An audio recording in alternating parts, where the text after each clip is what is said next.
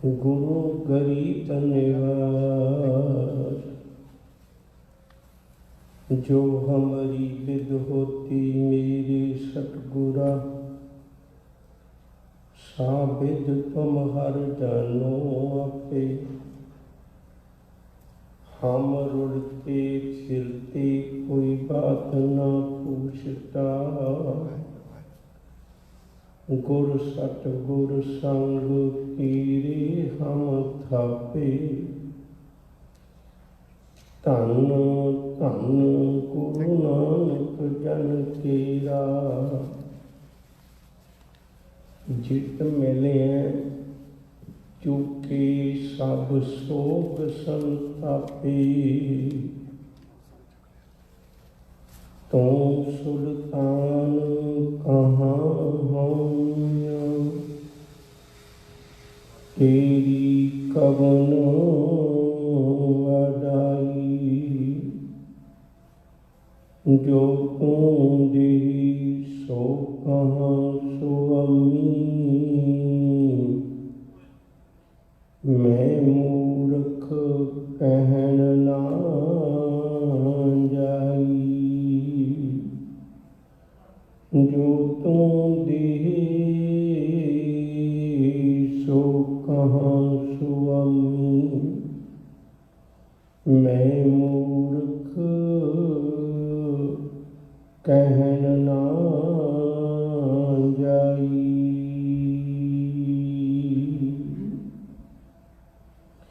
धन वाहिगुरु साहिब जीओ, गुरु करीब निवार।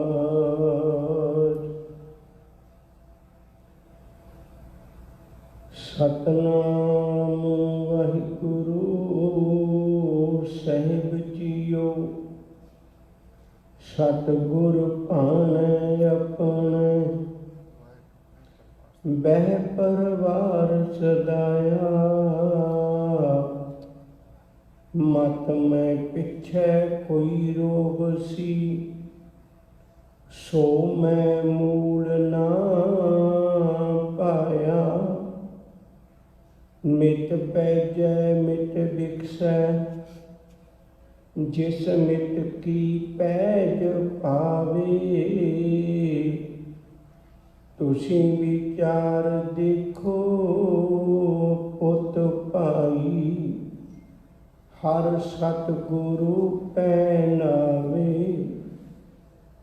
सतगुरु परतख हुंदै, बहराज आप टिकाया। सब सिख बंधप पुत भाई, रामदास पैरी पाया। सतगुर परतख हुंदै, बहराज आप टिकाया। सब सिख बंधप पुत भाई, रामदास पैरी पाया। वाहिगुरु जी का खालसा, वाहिगुरु जी की फतेह। साडी समुची जिंदगी रिश्तियां का दाना बना है। साडे जीवन नाल अनेक रिश्ते जुड़े हुए हैं। सतगुरु जी ने रब दे घर की गल समझाउंदियां गुरबाणी विच उन्हीं रिश्तियां का जिक्र भी किया है। किते साहिब आखते ने, तू मेरा पिता, तू है मेरा माता, तू मेरा बंधप, तू मेरा भ्राता, तू मेरा राखा सबनी थानी, तां भौके हकारा जी। किते जिक्र किया है मालिक जी, मुल खरीदी लाला गोला, मेरा नौ सुभागा। मैं तो तेरे दर का खरीदिया होया एक सेवादार है, मैं बंदा बै खरीद सच सह बंदेगा। किते अपने आप को चाकर कहते हैं, किते पति पत्नी का रिश्ता बनाया, अनेकों रिश्तियों की गल है। उन्होंने सारे रिश्तियों चो एक रिश्ता बड़ा प्यारा रब नाल ये भी गंढे है, पर रब्बा तू मेरा सज्जन है। क्यों? उसका कारण सिर्फ एक ही है, बहुतात गल्लां ने जिहड़ियां दिल दियां बंदा मां नूं भी नहीं दस सकता, पिता कोल भी दिल की बुक्कड़ नहीं खोल सकता, भैन भरावां सके संबंधी पति पत्नी विच भी बहुतात गल्लां दा पर्दा रह जाता है। पर एक सज्जन है जिहदे नाल पर्दा ही कोई नहीं होता, जिहदे नाल कोई वखरेवा नहीं होता, हर गल सज्जन की पता होती है। याद रखियो, जदों मनुख धर्म के अंदर दाखिल होकर धर्म कमाउण लगता है, फिर वो रब नाल प्यार पाउंदा है कि रब दे नाल मित्रता गंढ लैंदा है, परमेश्वर नाल मित्रता गंढ लैंदा है। हुण जिहने रब नाल मित्रता गंढ लई, उन्हें तो रब दे घर जाना है, अपने सज्जन के घर जाना है, अपने मित्र के घर जाना है। मित्र के घर जाने का तो चाह होंदा है ना, मित्र के घर जाने का दुख नहीं होता। साहब ने अज बड़ी प्यार की बात सानू समझाई है। हजूर कहते ने भाई भलियो मैं तो अपने मित्र के घर चलिया, रब मेरा मित्र है, रब मेरा सज्जन है। सुन यार हमारे सज्जन, एक करो बेनती आ, जिस मोहन डाल प्यारे हाँ फिरों खो जाती है। बहुत बड़ी बेनती करना है, रब नाल सज्जनताई पाउणी ताकि मैं तेरे नाल गल करन लग्गिया कदे झका ना, सारी गल मैं तेरे चरणों में कह सकां। गुरबाणी विच बचन ने बड़े प्यारे शिव जी आखते ने, कहते तू तो सज्जन मेंढिया देई सिस उतार, नैन महंजे तरस दे कद असी दीदार। मैं ते बार बार अरदासा करता रहा है, आओ सज्जन तू मुख लग, मेरा मन तन ठंडा हो। सज्जन आ, मैं तेरे दर्शनों की चाहत रखना है, मैं तेनों मिलना चाहना है। तो जदों सज्जन के मिलाप की गल आवे ते मौत नूं इतना डराउना बना दिता। गुरुदेव ने कितनी प्यारी दात बख्शिश की है, मौत नूं कितना सुहेला बना दिता। कह लगे तू गुरु के आखे लग, गुरु के दसे राह पे चल, तो बस इवें समझ ली भी तू तो मित्र के घर चलिया, तू तो सज्जन के घर चलिया। मुश्किल ही कोई नहीं तेरे जीवन में, सज्जनों के घर जान लग्या किस गल की मुश्किल होनी। तो अज शब्द नाल नाल लैके चलिए। गुरुदेव सच्चे पातशाह ने बड़ी प्यारी दात बख्शिश की है, सतगुर भाने अपने। जिहड़ी इस तो पहला 3 बंदा च गल आ चुकी हुई है, और रब की मर्जी सतगुरु ने सानू समझाई है, सानू सारिਆਂ ਨੂੰ समझाई। और रब की मर्जी सी, परमेश्वर की मर्जी सी, ਉਹਦਾ ਭਾਣਾ ਸੀ, ਉਹਨੂੰ ਭਾਉਂਦਾ ਸੀ ਇਹਨੇ। ਤੇ मेरा की धर्म कमाना, मेरा धर्म कमाना, जो ਉਹਨੂੰ ਭਾਉਂਦਾ ਉਹ मैं करा। गुरसिख गीत चलो गुर चाली, जो गुर कहे सोई भल मानो, हर हर कथा निराली। गुरु कहता ही रब का हुक्म है, तो जीव उन्ना चिर ही दुखी होता है जिन्ना चिर हुक्म नहीं बुझता। जब लग हुक्म न बूझता तब ही लो दुखिया, गुरमिल हुक्म पछाणिया तब ही ते सुखिया।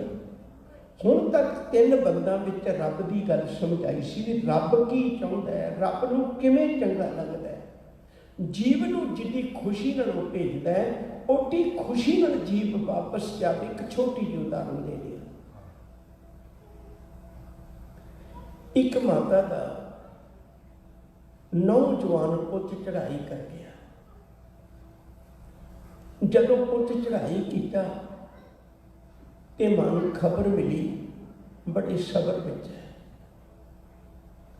घरे लाश आई पुत दी, प्यार नाल पुत कोल बैठ के खड़खड़ा के असी, बहुत खड़खड़ा के असी। लोकां सोचिया मां दे कोलों पुत दा दुख बर्दाश्त नहीं होया, सदमा लग गया, ठोकर लग गई, सट बज गई, शायद इहदे कोल बर्दाश्त नहीं होया, दिमागी पद्धर पे खिल गई है।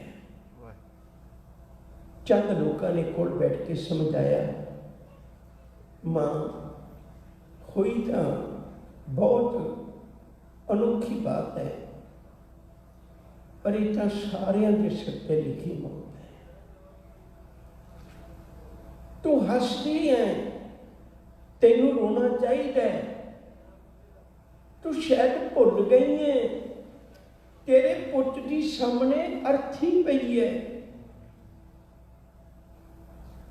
मां उन्होंने कह लगी, कहती भलियो मैं होश हवास नहीं गवाई, मैं होश विच है, बिल्कुल होश विच है। जे मां होश विच है, लोगों को किसी की मौत ते रोंदियां ते देखिया तेरा जवान पुत चलिया होवे ते तू हस रही है, कह लगी चाहे तो हस रही है। रब नूं कह रही, रब्बा जेड़ा खिडौना तू मैनू 28 साल खेडण नूं दिता, ये किसी दुकान पर नहीं सी मिलना, इस संसार के किसी कोने पर नहीं सी मिलना। एक खिडौना दिता, ये कारण मैं मां बनी, मैनू मां शब्द ये कारण मिले। तू एक खिडौना दिता, मेरे अंदर ममता जगाई, तू एक खिडौना दिता, मैनू दुनिया के खिडौने भी चंगे लगन लग पे। 28 साल तू खिडौना दिता अपना, मैं 28 साल इस खिडौने नाल खेडी है, ते अज तू लैके जाना चाहुंदा है। मैं उन्नी खुशी नाल तैनूं ये तोड़ना चाहुंदी है, मैं उन्नी खुशी नाल तैनूं भेजना चाहुंदी है। सच करके जानियो, गुरबाणी का एक वचन है बड़ा प्यारा, शर जी आखते ने, कहते जेड़े मनुख ने हुक्म न जाने बहुता रूप है, अंतर धोखा नींद न सोवे। कहते जिन्हें हुक्म नहीं बुझिया रोंदा वो है, जिन्हें समझ लिया वो रोंदा नहीं है। उन्हें पता लग गया ना कुछ आए वो ना कुछ जाए वो राम की दुहाई। उन्हें पता लग गया अवर मुए क्या शोक करीजै, टौ कीजै जो आपन जीजै।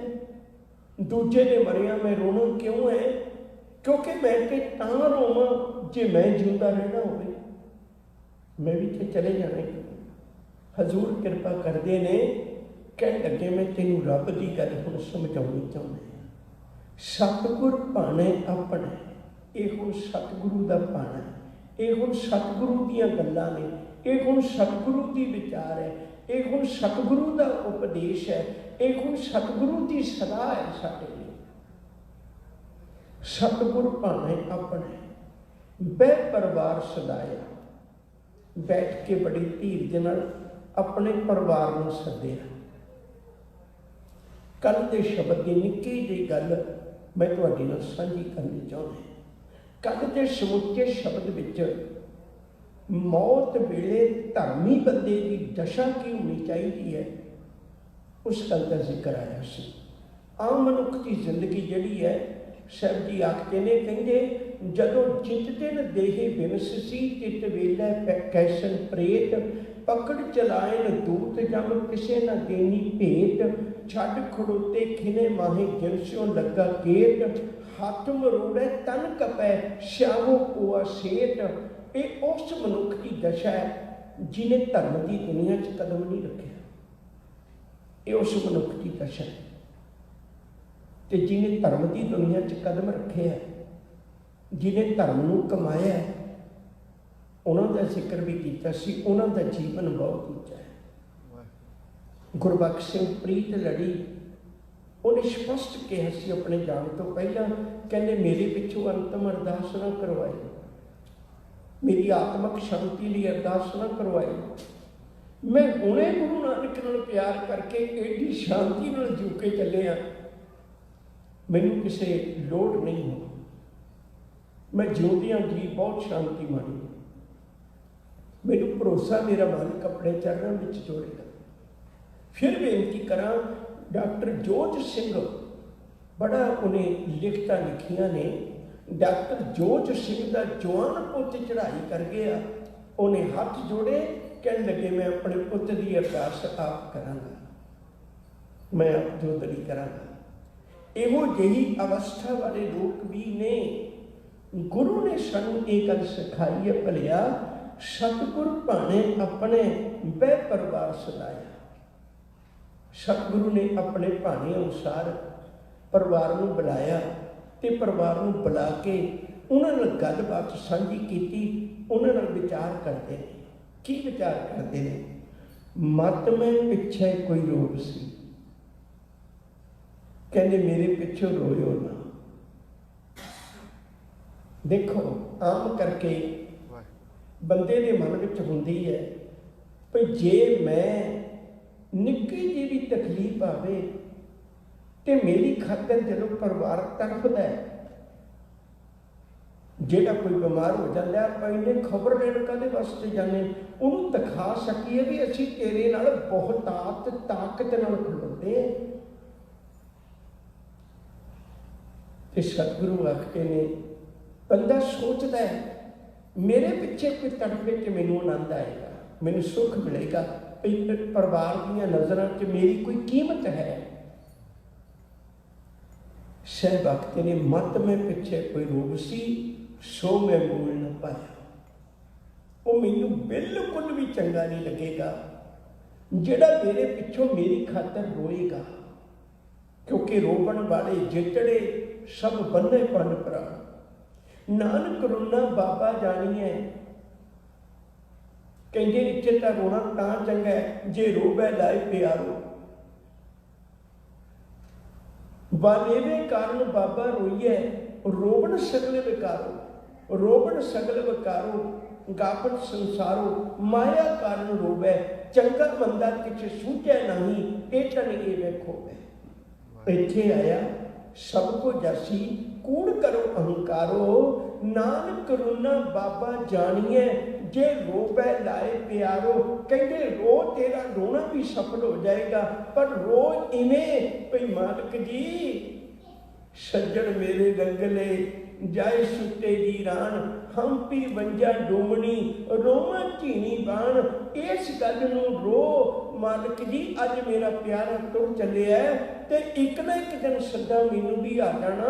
मैं अपनी झोली विच झात मारना ते मैनू वो गुण नहीं दिसते जिहड़े गुण लेके मैं तेरे दर ते मूँह दिखाउण जाऊंगा।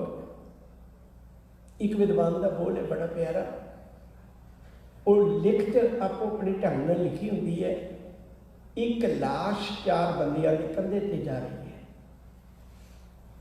उस विद्वान की एक कला है, वो लाश भी अते रब की गल करवा रहे हैं। अंदाज है अपना। जदों वो इवें जा रही लाश ते वो रब के दर ते अरदास करता है, रहमत का तेरी उम्मीदवार आया हूँ, मुँह कफन पे ढाके शर्मसार आया हूँ। भारे गुनाहों ने मुझे चलने ना दिया पैदल, ताबूत में कंधों पे सवार आया हूँ। एक थोड़ी जी व्याख्या करते हैं। रहमत का तेरी उम्मीदवार आया हूँ, रब्बा तेरे दर तो रहमत लैन वास्ते अज मैं उम्मीदवार बन के आ रही। रब कह लगे एक पासे रहमत मंगने, दूजे पासे कफन च मुँह ढकी आने। जे तू कुछ लेना ही है तो अपना मुँह क्यों ढकिया होया? वो कह लगे मुँह इसलिए ढकिया होया, मुँह कफन पे ढाके शर्मसार आया हूँ। सारी जिंदगी तेरे अखा नहीं मनिया शर्मसार, की मुँह दिखाऊं। कहते चलो ये तो गल मनी भी मुँह ढक के आ गया, कोई गल नहीं। पर भलिया हर रोज़ दिखाता रहा भी मेरे को एडियां कीमती गड्डियां ने। तुसीं देखो आम बंदे दियां काम ते जाने वालियां गड्डियां होर ने, पर जदों असीं गुरु घर आउणे होर गड्डी लेके आउणे। दिखा सका मेरे को एडी कीमती भी है। कह लगे सारी जिंदगी कीमती गड्डियां ते आउंदा रहा, अज तो तुर के आ जांदा।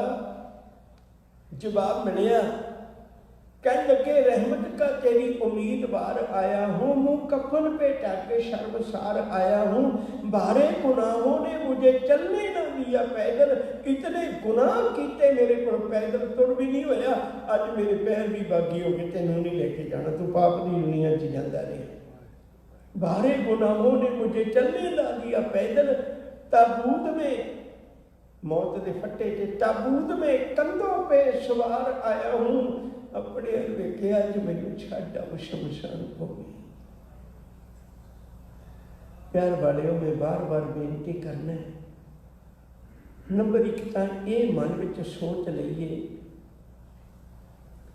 जिंदगी संपूर्ण करके चलिए, इत्थे पूरे होके चलिए। ये नहीं भी बाद में लोग कहने पूरा हो गया, अधूरा ही सी। पूरा हो जा, अपने आप को इंसानियत नाल प्यार कर, चंगे गुण धारण कर, नेक इंसान बन, चंगा इंसान बन। शिव जी कृपा करते ने, मत में पिछे कोई रोग सी, सो मैं मूल ना पाया। क्यों नहीं मैनू चंगा लगता? मिट पैचे मिट विकसै, जिस मिट की पैज भावे। मिट पैजा का मतलब होता है जदों मैनू मित्र मेरा पहनावे, भाव मैनू अदब सत्कार देवे। रब मेरा मित्र है, वो अपने घर बुला के मैनू सत्कार देन लगा है, मिट पैजा। मिट विकसै ते दूजा मित्र, जदों किसी मित्र को कोई दूजा मित्र प्यार करता है, उन्होंने स्नेह दिंदा है, उन्होंने सत्कार करता है, फिर जिहड़ा होर तीजा मित्र है वो सगों देख के खुश हो। मैनू रब प्यार करन लग्या होया, तुसीं रो रहे हो, तुसीं रो रहे हो, मैनू किवें भा जाएगा, मैनू किवें चंगा लगेगा। इसलिए हुण देखो किड्डी वड्डी बात है। साहब कहते ने रोकण वाले बेचारे, उन्होंने पता नहीं है इस गल का। जिहड़ा गुरमुख जन्म सवार करके चलिया, उन्होंने रोण की लोड़ नहीं। कबीर संत मूहे क्या रोइए, जो अपने गृह जाए, रोवो साकत बबरे, जो हट है हट बिकाए। वो तो अपने मालिक के घर चलिया, वो तो सज्जन के घर चलिया, सज्जन उन्होंने सत्कार दे रहे। फिर किस गल की मुश्किल है? साहब आखते ने, कहते आम करके द्योड़ी बैठी माता रोवे, खटिया ले गए भाई, लक्ष्य छकाई तिरिया रोवे, हंस अकेला जाई। जिन्होंने इन्नी प्रीत करता रहा, उन्होंने 2-4 दिनों की गल है, मुड़ के भुल जाएगी, सारी भुल जाएगी। एक बारी तो इउं लगता भी दुनिया रुक जाएगी, पर जदों 4 दिन लंघ जाते हैं, संसार फिर उवें चलता है, संसार फिर उवें चलता। हजूर कृपा करते हैं, मित पैजा, मैनू मेरा मित्र प्यार दिंदा है, सत्कार दिंदा है। मिट विकसै, तो फिर मेरा प्यार मिलना मेरे सज्जन वालों तुहानूं तो खुशी होनी चाहिए है।